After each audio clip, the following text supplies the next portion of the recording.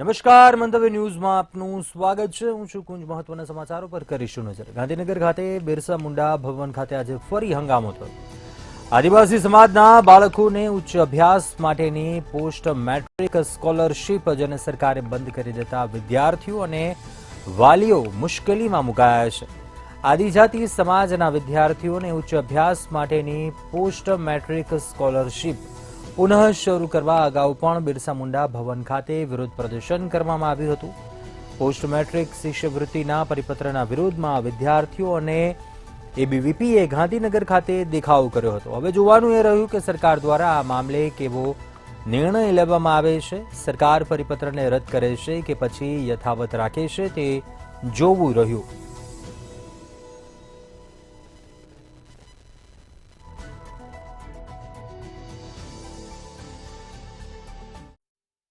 आदिवासी विद्यार्थियों ने મળતી સ્કોલરશીપ બંધ થવાનો એક પરિપત્ર બિરસા મુંડા ભવન ખાતેથી કરવામાં આવતા આદિવાસી સમાજના ઉચ્ચ અભ્યાસક્રમ મેળવતા અનેક વિદ્યાર્થીઓના ભાવિ માટે પ્રશ્નાર્થ સર્જાયો છે અને આજે બિરસા મુંડા ભવન ખાતે મોટી સંખ્યામાં વિદ્યાર્થીઓ ઉમટી પડ્યા હતા અને હલ્લાબોલ કર્યું હતું।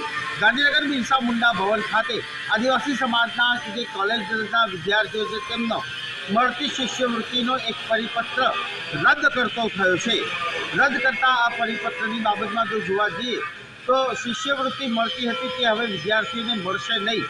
આ મુદ્દાને લઈને આજે મોટી સંખ્યામાં વિદ્યાર્થીઓ ઉમટી પડ્યા હતા અને સરકાર સમક્ષ રજૂઆત કરી હતી। કેટલાક વિદ્યાર્થીઓ એમ પણ કહ્યું કે બિરસા મુંડા ભવનમાં બેસતા ઉચ્ચ અધિકારીઓએ આ પરિપત્ર કરવાના કારણે વિદ્યાર્થીઓના શૈક્ષણિક ભવિષ્ય માટે પ્રશ્નાર્થ સર્જાયો છે। એટલું જ નહીં, શિક્ષણ મંત્રી કુબેર ડિંડોર એમની સાથે પણ રજૂઆત કરી હોવા છતાંય પણ તેઓ પોતાની વિદ્યાર્થીઓની વેદના સાંભળતા નહીં હોવાના પણ આક્ષેપ થયા હતા। આ બાબતનું જ્યારે આંદોલન ચાલી રહ્યું હતું ત્યારે કેટલાક આગેવાનો કે જે એબીવીપીમાંથી વિદ્યાર્થીઓના સમર્થનમાં ઉતર્યા હતા તેમને અને પોલીસ વચ્ચે સામાન્ય ઝપાઝપી અને ઘર્ષણના બનાવો પણ બન્યા હતા। જોકે વિદ્યાર્થીઓ અલગ માંગ હતી અને કહ્યું હતું કે ગુજરાત સરકારના ઉચ્ચ અધિકારી કે શિક્ષણ મંત્રી સ્થળ ઉપર એટલે કે બિરસા મુંડા ભવન ખાતે પહોંચીને અમારી સમસ્યાનું સમાધાન નહીં કરે ત્યાં સુધી આ આંદોલન ચાલુ રહેશે તેવી ચીમકી ઉચ્ચારી હતી। જોકે સરકાર હવે આદિવાસી સમાજના જે વિદ્યાર્થીઓને શિષ્યવૃત્તિ મળતી હતી તેને રદ કરતો પરિપત્ર પાછો ખેંચશે કે કેમ તે મુદ્દો અત્યારે ચર્ચાના એરણે રહ્યો છે।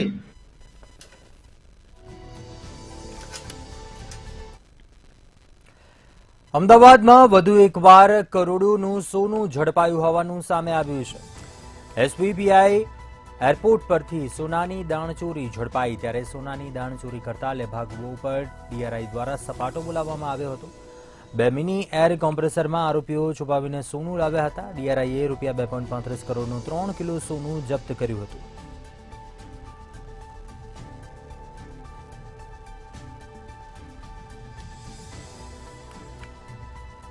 ફરી એકવાર સોનાની દાણચોરી ઝડપાયા હોવાનો મામલો સામે આવ્યો છે। અમદાવાદમાંથી કરોડોની કિંમતનું સોનું ઝડપાયું છે। 2 મિની એર કોમ્પ્રેસરમાં આરોપીઓ સોનું લાવ્યા હતા। સોનું લાવવાનો નવો કિમિયો શોધી નીકાળ્યો હતો। ડીઆરઆઈએ તમામ સોનું છે તે જપ્ત કર્યું છે। 2.35 કરોડ કિંમતનું સોનાની કિંમત હોવાનું જાણવા મળ્યું છે। 3 કિલો સોનું જપ્ત કરવામાં આવ્યું છે। અમદાવાદમાં ત્યાં કરોડોનું સોનું ઝડપાયું છે। અમદાવાદ એરપોર્ટ પરથી સોનાની દાણચોરી થતી ઝડપાઈ છે।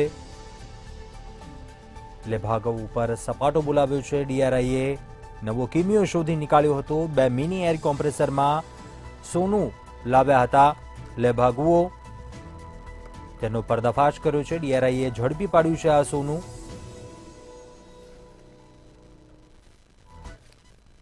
અમદાવાદના સરદાર વલ્લભભાઈ પટેલ ઇન્ટરનેશનલ એરપોર્ટ ઉપરથી ફરી એક વખત દાણ ચોરી કરતા જે ઇસમો છે તેની ધરપકડ કરવામાં આવી છે।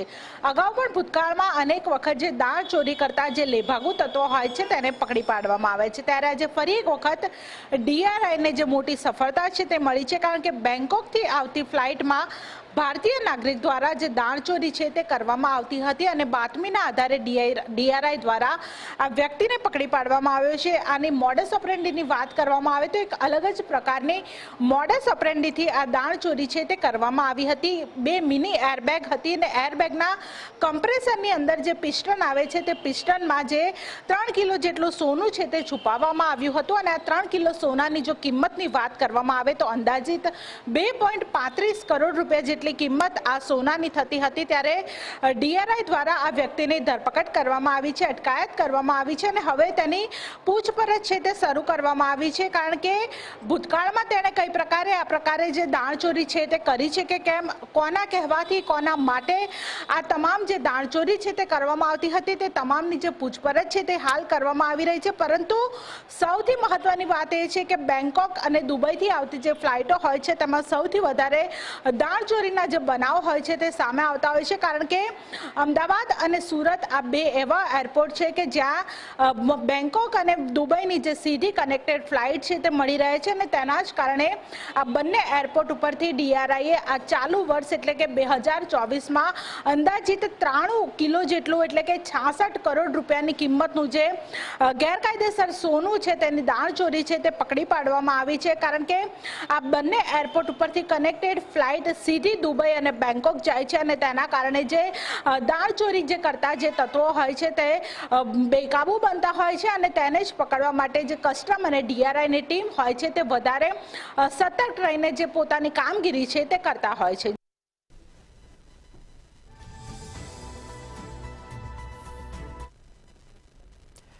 રાજકોટ કોર્પોરેશનના અધિકારીઓના રાજીનામાનો મામલો સામે આવ્યો હતો. ત્યારે આ રાજીનામાને લઈને રાજકોટ મ્યુનિસિપલ કમિશનર તુષાર સુમેરાની પ્રતિક્રિયા સામે આવી. તેમણે જણાવ્યું કે રાજીનામા કેમ આવ્યા છે અને કારણ શું છે એ જોવાનું રહેશે. તેમજ કાયદા મુજબ કોઈને ઇસ્યુ કે હેલ્થનો પ્રોબ્લેમ હશે તો તે ઇસ્યુ દૂર કરવામાં આવશે અને કોર્પોરેશન લોકો અને કર્મચારીઓનું હિત જોઈને નિર્ણય લેવામાં આવશે.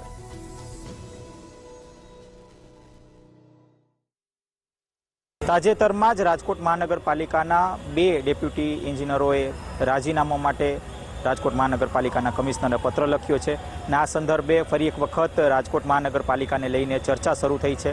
અગ્નિકાંડ બાદ એટલે કે 7 મહિના બાદ અંદાજિત 17 થી 18 રાજીનામા પડ્યા છે અને આને જ લઈને હાલ અત્યારે અનેક તર્ક વિતર્કો ચાલી રહ્યા છે. ત્યારે આ સમગ્ર મામલે રાજકોટ મહાનગરપાલિકાના કમિશનર તુષાર સુમેરાએ નિવેદનમાં જણાવ્યું છે કે તમામ જેટલા પણ જે અધિકારીઓ છે, જે ઉચ્ચ અધિકારીઓ છે, જે રાજીનામું આપે છે તેમનું વ્યક્તિગત ક્યાંક ને ક્યાંક એક મનસા હોય છે અને એ મનસાના કારણે તેઓ રાજીનામું મૂકતા હોય છે. આ જેટલા જે રાજીનામા પડ્યા છે આ રાજીનામાને લઈને સમગ્ર મામલે ક્યાંક તપાસ થશે અને ખાસ તો જે રાજીનામું જે પડ્યા છે રાજીનામાને લઈને અધિકારીઓ સાથે પણ ચર્ચા કરવામાં આવશે કે શા કારણે તેઓ રાજીનામું મૂકી રહ્યા છે. ત્યારે ચોક્કસપણે આ રાજીનામાને લઈને કોંગ્રેસ પણ હાલ અત્યારે કટાક્ષ કરી રહ્યું છે. કોંગ્રેસ અને કેટલાક જાગૃત નાગરિકોએ રાજીનામાને લઈને વિજિલન્સ તપાસની પણ માંગ કરી છે. ત્યારે આ મામલે કમિશનરે સ્પષ્ટ કહ્યું છે કે આ જે રાજીનામા પડ્યા છે આ મામલે ક્યાંક ને ક્યાંક જે અધિકારીઓ સાથે બેઠક કરવામાં આવશે અને આ બેઠક સંદર્ભે તેઓ જણાવ્યું કે આ અધિકારીઓની પહેલાંની જે ફરજ છે એ તમામ તેનું જે માર્કિંગ થશે અને ત્યારબાદ તેઓને રાજીનામું આપવામાં આવશે. એટલે કે કોઈપણ પ્રકારનું જો રાજીનામાને લઈને કોઈ ઇસ્યુ હોય તો તેને સોલ્વ કરવામાં આવશે. આવી વાત પણ રાજકોટ મહાનગરપાલિકાના કમિશનર દ્વારા કરવામાં આવી છે. ત્યારે ચોક્કસપણે આ રાજીનામાને લઈને હાલ અત્યારે અનેક તર્ક વિતર્ક શરૂ થયા છે. ત્યારે રાજકોટમાં જે આ 2 જેટલા જે ડેપ્યુટી એન્જિનિયરોએ રાજીનામું આપ્યા છે તેને લઈને પણ આગામી સમયમાં નિર્ણય લેવામાં આવશે અને નિર્ણય રાજકોટ મહાનગરપાલિકાના કમિશનર દ્વારા લેવામાં આવશે. માત્ર તેઓ તેમને સાંભળશે અને આ સાંભળ્યા બાદ જ તેમનું રાજીનામું સ્વીકાર કરવામાં આવશે.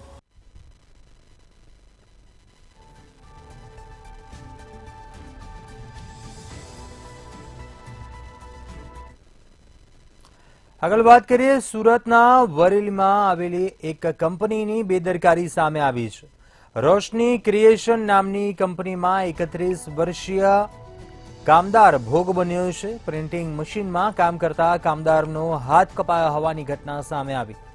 કામ કરતી વેળાએ કામદારનો હાથ મશીનમાં આવી ગયો હતો. મશીનમાં હાથ આવી જતા સારવાર અર્થે ખસેડવામાં આવ્યો હતો. જ્યારે સમગ્ર મામલે કટોદરા પોલીસે વધુ તપાસ હાથ ધરી છે. કામ કરતા કામદારનો હાથ કપાઈ ગયો હતો. મશીનમાં હાથ આવી જતા તેને હાથને ગંભીર ઈજાઓ પહોંચી હતી. તે બાદ વધુ સારવાર માટે હોસ્પિટલ ખસેડવામાં આવ્યો હતો. 31 વર્ષીય કામદાર જે રોશની ક્રિએશન નામની કંપનીમાં ભોગ બન્યો. પ્રિન્ટિંગ મશીનમાં કામ કરતા કામદારનો હાથ કપાયા હોવાની ઘટના બની.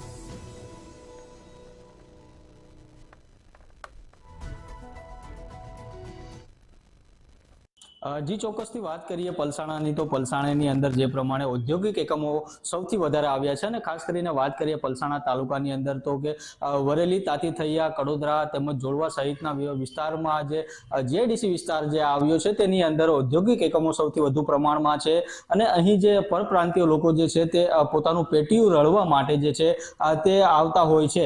પરંતુ જે આજ મિલોની અંદર જે પરપ્રાંતીયો કામ કરતા હોય છે તે પોતાનું પેટીયું રળવા માટે કોઈ પણ પ્રકારે કોઈ પણ હદે કામ કરવા તૈયાર થતા હોય છે. તો બીજી તરફ આજે કામ કરવા માટે ક્યાંક ને ક્યાંક તેઓનો જીવ પણ જોખમમાં મુકાતો હોય છે. ત્યારે જ આવી એક ઘટના જે છે તે વરેલી ગામની અંદર એક મિલ આવી છે, રોશની ક્રિએશન નામની મિલ છે, તેમાં આ ઘટના બનવા પામી છે. અને આ ઘટનામાં એવું હતું કે ગતરોજ રાત્રિના મોડી રાત્રિના સમયે 1 વાગ્યાના અરસામાં એક રાજકુમાર પંડિત નામનો 31 વર્ષીય જે કામદાર જે હતો તે કામ કરી રહ્યો હતો અને પ્રિન્ટિંગ મશીનની અંદર જે કામ કરી રહ્યો હતો તે જ અરસામાં તે સાડી પ્રિન્ટિંગના મશીનમાં તેનો હાથ ફસાયો હતો અને હાથ ફસાતાની સાથે જ જે છે તેનો હાથ કપાઈ ગયો હતો. કોઈ પણ સેફટી વગર તે ત્યાં કામ કરી રહ્યો હતો. એટલે ચોક્કસથી ક્યાંક ને ક્યાંક મિલની બેદરકારી જે કહી શકાય તે સામે આવી હતી અને જે તેને હાથ કપાતાની સાથે તેને તાત્કાલિક ખાનગી હોસ્પિટલમાં સારવાર અર્થે ખસેડવામાં આવ્યો હતો. પરંતુ જો કે ત્યાંના હાજર પરના એટલે કે ફરજ પરના જે તબીબ હતા તેણે તેનો જીવ બચાવવા માટે તેનો હાથ કાપવાની ફરજ બતાવી હતી અને જે કામદાર છે તેનો હાથ કપાઈ ગયો હતો, કાપવાની નોબત પડી હતી. જો કે હાલ તો અત્યારે જે કામદાર જે છે તેને પોતાનો હાથ ગુમાવ્યો છે. તો બીજી તરફ આવી જ રીતે કેટલાક મિલની અંદર કેટલાય લોકો એટલે કે કેટલાય કામદારો જે છે તે વગર સેફટીએ કામ કરતા હોય છે. જે મિલ માલિકો જે છે તે કોઈ પણ પ્રકારની જે કાળજી નથી રાખતા તેને કારણે આવી ઘટનાઓ દિન પ્રતિદિન પ્રકાશમાં આવતી હોય છે. અને જો આવી જ રીતે જો મિલ માલિકો તેમજ જે કોઈ પણ કોન્ટ્રાક્ટરો જે છે તે આવી રીતે કામદારોને જે કામ આપી રહ્યા છે તેઓને વગર સેફટીએ જો આવી રીતે જ કામ આપતા રહેશે તો ક્યાંક ને ક્યાંક આ કામદારોનો જીવ જે છે તે ચોક્કસપણે જોખમમાં મુકાય તેવું પણ કહી શકાય છે.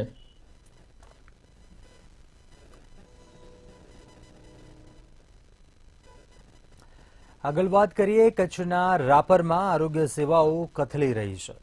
રાપર શહેરમાં આવેલી સીએચસીમાં મેડિકલ અધિક્ષક, blood bank, X-ray technician, medical officer સહિતની અનેક જગ્યાઓ જે ખાલી પડી છે અને આ ખાલી જગ્યાઓ ઉપર સ્ટાફની ભરતી કરવામાં આવે તેવી માંગ સાથે રાપર કોંગ્રેસ સમિતિ દ્વારા ધરણા કરવામાં આવ્યા છે.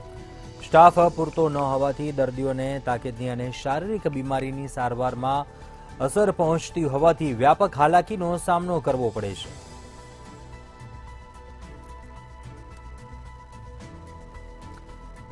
કચ્છના રાપરમાં જ્યાં આરોગ્ય સેવાઓ કથળી રહી છે, લોકો છે તેમને અનેક મુશ્કેલીનો સામનો કરવો પડી રહ્યો છે. જે ખાલી જગ્યાઓ છે પૂરતો સ્ટાફ ન હોવાથી તે ખાલી જગ્યાઓ ઉપર સ્ટાફની ભરતી કરવામાં આવે તેવી માંગણી કરવામાં આવી. કોંગ્રેસ સમિતિ દ્વારા આ મામલે રજૂઆત કરવામાં આવી હતી. સ્ટાફ પૂરતો નથી પીએચસી સેન્ટરમાં અને જ્યાં આવતા દર્દીઓને છેલ્લા ઘણા સમયથી ભારે મુશ્કેલીઓનો સામનો કરવો પડે છે. તેને લઈને રાપર કોંગ્રેસ સમિતિ દ્વારા ધરણા કરવામાં આવ્યા હતા અને ખાલી જગ્યાઓ ઉપર ભરતી કરવામાં આવે, સ્ટાફ પૂરો કરવામાં આવે તેવી માંગણી કરવામાં આવી છે. કેમ કે હાલ રાપર પીએચસીમાં પૂરતો સ્ટાફ નથી. આરોગ્યની સેવાઓ કથળી રહી છે.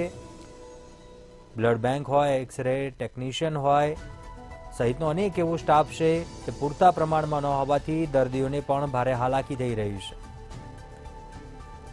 પૂર્વ કચ્છના રાપર તાલુકામાં આવેલ સામૂહિક કેન્દ્રમાં ક્યાંક ને ક્યાંક જે રીતના સ્ટાફની ઘટ છે, જેના કારણે અવારનવાર જે દર્દીઓ છે તેમને હાલાકીનો સામનો કરવો પડતો હોય છે, ત્યારે રાપર કોંગ્રેસ સમિતિ દ્વારા કહી શકાય કે જે ધરણા કરવામાં આવ્યા હતા અને છેલ્લા કેટલાય સમયથી જે રાપરની સામૂહિક આરોગ્ય કેન્દ્ર છે તેમાં સ્ટાફની ઘટ છે. ખાસ કરીને અધિક્ષક, મેડિકલ સહિતના લેબ ટેકનિશિયન અને જે મેડિકલ ઓફિસર છે તે સહિતની ઘટ છે, જેના કારણે અવારનવાર જે ઇમરજન્સીમાં અને પ્રાથમિક સારવાર લેવા આવતા દર્દીઓને અવારનવાર મુશ્કેલીનો સામનો કરવો પડતો હોય છે. ત્યારે ક્યાંક ને ક્યાંક રાપર જે સામૂહિક આરોગ્ય કેન્દ્ર છે તેમાં વહેલી તકે જે રીતના સ્ટાફની ઘટ છે તે પૂરી કરવામાં આવે તેવી માંગ સાથે કોંગ્રેસે ધરણા કર્યા હતા અને ખાસ કરીને ગાંધીનગર સુધી આ મુદ્દો પહોંચે તે માટે અવાજ પણ ઉપાડ્યો હતો. તો સાથોસાથ જે રીતના અવારનવાર આજે દર્દીઓને મુશ્કેલીઓનો સામનો કરવો પડતો હોય છે, તેમ છતાંય કહી શકાય કે જે આરોગ્ય વિભાગ છે તેને કહી શકાય કે જે રીતના આંખ આડા કાન કરતું હોય તેવું લાગી રહ્યું છે.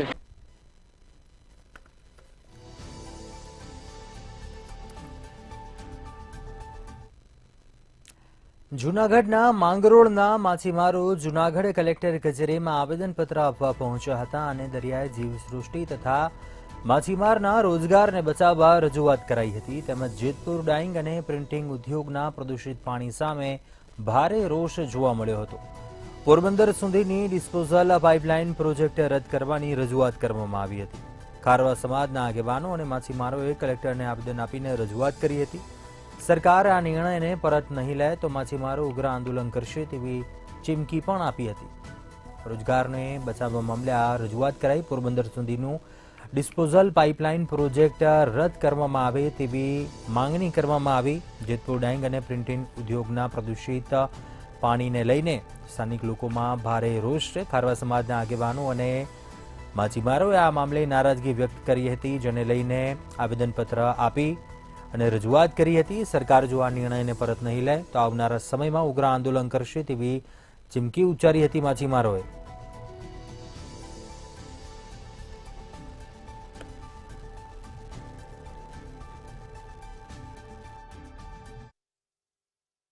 ચોક્કસ કે જે રીતે સૌરાષ્ટ્રના માછીમારો હવે મેદાને આવ્યા છે, કારણ કે દરિયાઈ જીવ સૃષ્ટિને નાશ કરવા માટેનું એક કાવતરું રચાઈ રહ્યું છે.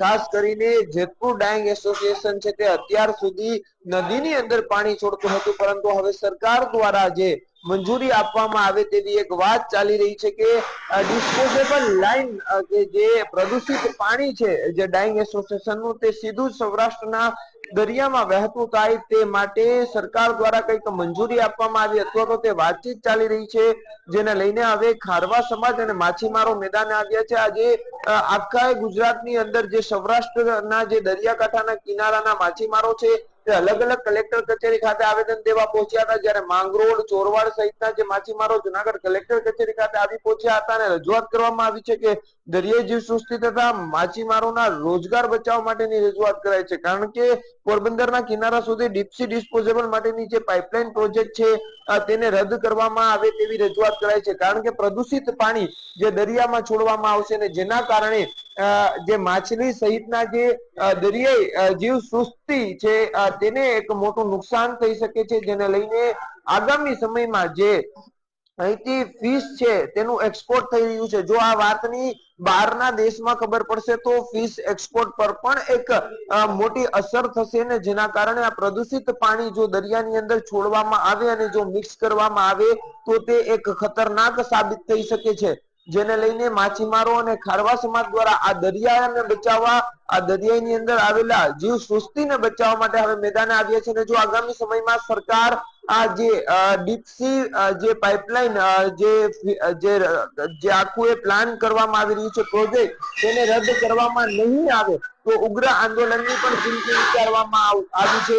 ખાસ કરીને ઉગ્ર આંદોલન કરવામાં આવશે ત્યારે મુખ્યમંત્રી અને જુદા જુદા વિભાગોને આ બાબતની રજૂઆત કરવામાં આવી છે અને જિલ્લા કલેક્ટરને આવેદન પાઠવવામાં આવ્યું છે. આગામી સમયમાં જો આ પ્રોજેક્ટ રદ કરવામાં નહીં આવે તો માછીમારો ઉગ્ર આંદોલન કરશે તેવી ચીમકી હાલ ઉચ્ચારાઈ છે.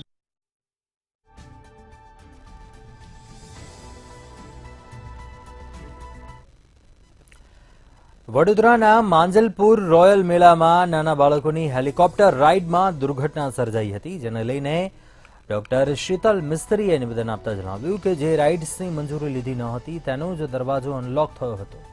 આયોજકોએ વધારાની રાઇડ ચલાવવાની પોલીસ પાસે મંજૂરી મેળવી ન હતી. પોલીસ અને તંત્રએ જે મંજૂરી આપી હતી તેના કરતાં વધુ રાઇડ્સ ચલાવાતી હતી.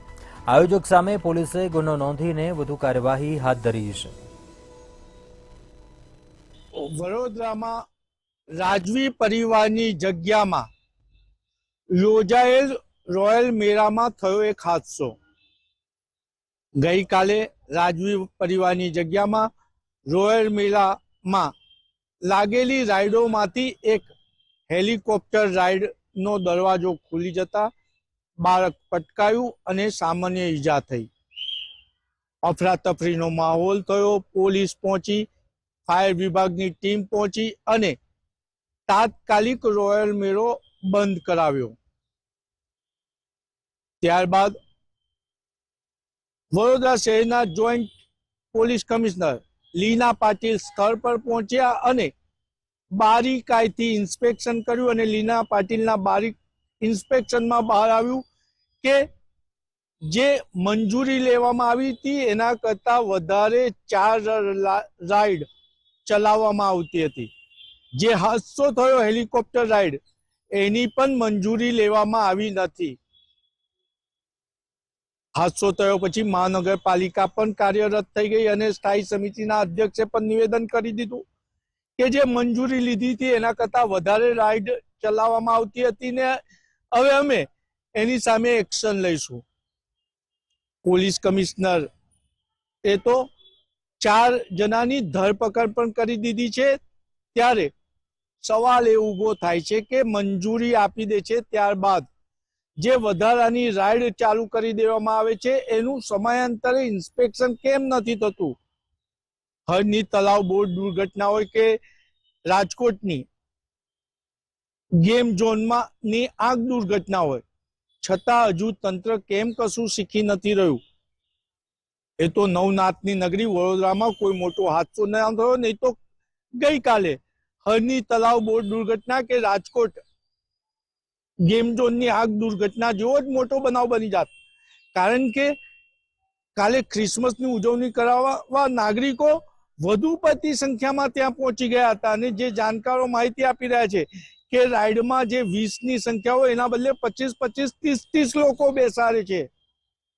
હાદસો થાય છે ત્યારબાદ પોલીસ અને મહાનગરપાલિકા કાર્યરત થાય છે.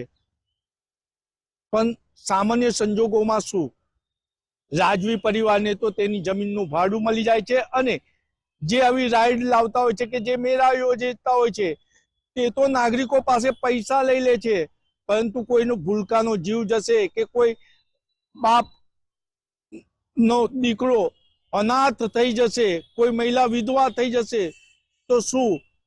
સરકાર માત્ર ને માત્ર ત્યારબાદ તપાસ નીતિ હોય છે. એટલે હવે સરકારે એક ખાસ ગાઈડલાઈન બનાવવી જોઈએ અને જ્યારે પણ આવા મેળા કે ગેમ ઝોનો યોજાતી હોય ત્યારે તેનું દર અઠવાડિયે કે 15 દિવસે ઇન્સ્પેક્શન થવું જોઈએ.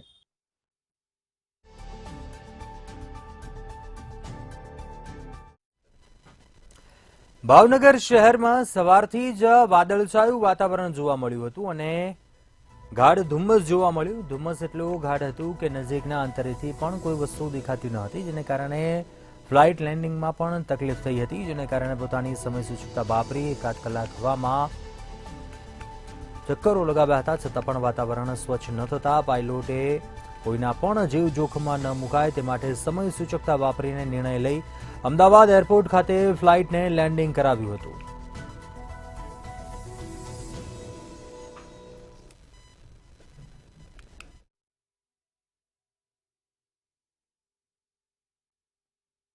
જે ચોક્કસ ભાવનગર અને પુણે વચ્ચે જે સ્પાઇસજેટની ફ્લાઇટ ચાલી રહી છે તે આજ વહેલી સવારે ધુમ્મસને લઈને ભાવનગર એરપોર્ટ ઉપર કહી શકાય કે 1.5 કલાક સુધી ચક્કર લગાવ્યા, પરંતુ વિઝિબિલિટી જે ઝીરો મળતી હતી તેને કહીને કારણે આ ફ્લાઇટ છે તે લેન્ડિંગ કરવા માટે કહી શકાય કે પાયલોટને મુશ્કેલી પડી રહી હતી, જેના કારણે આ ફ્લાઇટ છે તે અમદાવાદ ખાતે લેન્ડ કરાવવામાં આવી હતી. સમગ્ર જે વિગત છે તેની મળતી માહિતી અનુસાર છે કહી શકાય કે ભાવનગર હવામાન ખાતાએ જે રીતના કમોસમી વરસાદની એક તરફ આગાહી આપી છે, ત્યારે ભાવનગરમાં 2 દિવસથી ધુમ્મસભર્યું વાતાવરણ છે તે જોવા મળે છે. ત્યારે આજે વહેલી સવારથી જ પણ ભાવનગરમાં કહી શકાય કે વાદળછાયું વાતાવરણ છે તે જોવા મળ્યું હતું, જેના કારણે ભાવનગર શહેરની અંદર ધુમ્મસભર્યું વાતાવરણ છે તે જોવા મળ્યું હતું. ધુમ્મસનું પ્રમાણ એટલું બધું હતું કે માત્ર 500 મીટરથી દૂરની વસ્તુ પણ જોવા માટે કહી શકાય કે તકલીફ પડી રહી હતી.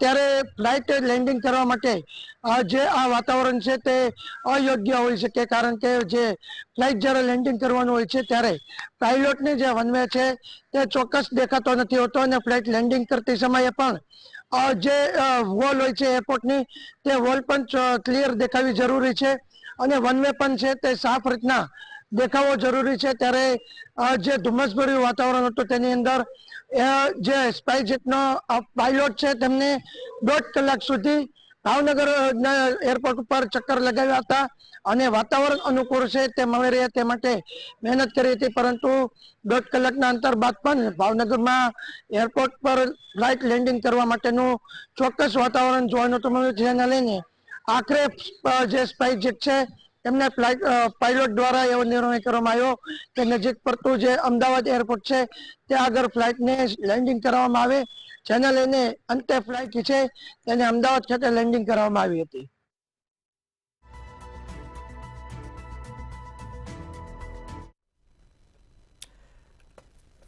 આગળ વાત કરીએ હાલ સમાચારોમાં બસ આટલું. વધારે સમાચાર માટે આપ જોતા રહો મંતવ્ય ન્યૂઝ. નમસ્કાર.